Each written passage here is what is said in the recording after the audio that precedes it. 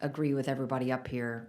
You're talking about an increase for our ability to effectively recruit the most qualified individuals who will participate in public service is essential.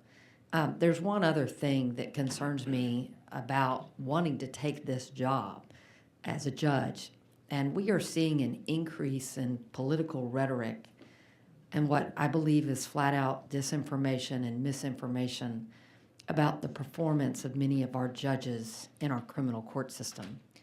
And so I wanted to ask a little bit about judicial canons and the fact that when somebody throws mud at a judge, we ask them not to throw back. And I'd kind of like your thoughts on that, if you don't mind, about what we expect from our judiciary as far as the integrity of not getting in the mud in very public squabbles, if you can. Well, it's certainly our obligation to stay out of the political fight to the greatest extent possible. I mean, it's in the role that I have. I need to come and advocate for the branch as a whole, and there are certainly times when judges need to take public positions about issues affecting the courts and the administration of justice. But in general, it's absolutely essential that we stay out of the political fights and remain entirely neutral. The political party labels that we have are the way that we get on the ballot and the way in this state that we get into these positions and stay in them through elections, but they are not a part of who we are in terms of what we're doing every day at the courts. And that has to be a reality both in the way that we conceptualize and perform our jobs, but it's also very important that that's a reality in the minds of Texans. And I apologize for using the term political. Let me rephrase it. One of the things that we're seeing, especially in Harris County around our criminal court judges, is when they are issuing bonds or setting a bond, we are often seeing disinformation perpetuated as to whether or not the judge had an actual choice to set that bond. And in a case, we don't want our judges speaking out about a case. We want them to remain neutral.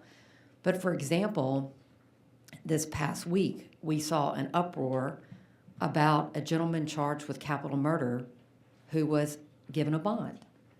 But when you look at the facts of that case, which I've rarely see done, the state was not ready and did not present a proof evident hearing to trigger the no bond that the law allows.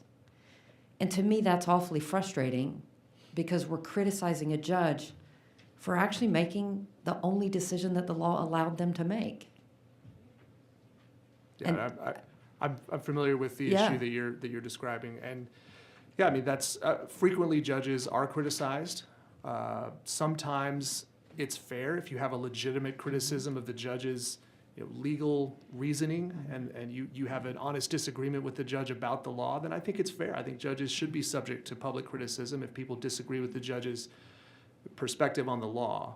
But when people misunderstand what the judge has done and are not really criticizing the judge because of the judge's perspective on the law, but are criticizing the judge because the judge followed the law, or criticizing the judge because they believe that the judge has done something to favor one party or the other, and so they're criticizing the judge in that way, when really what they should be asking is,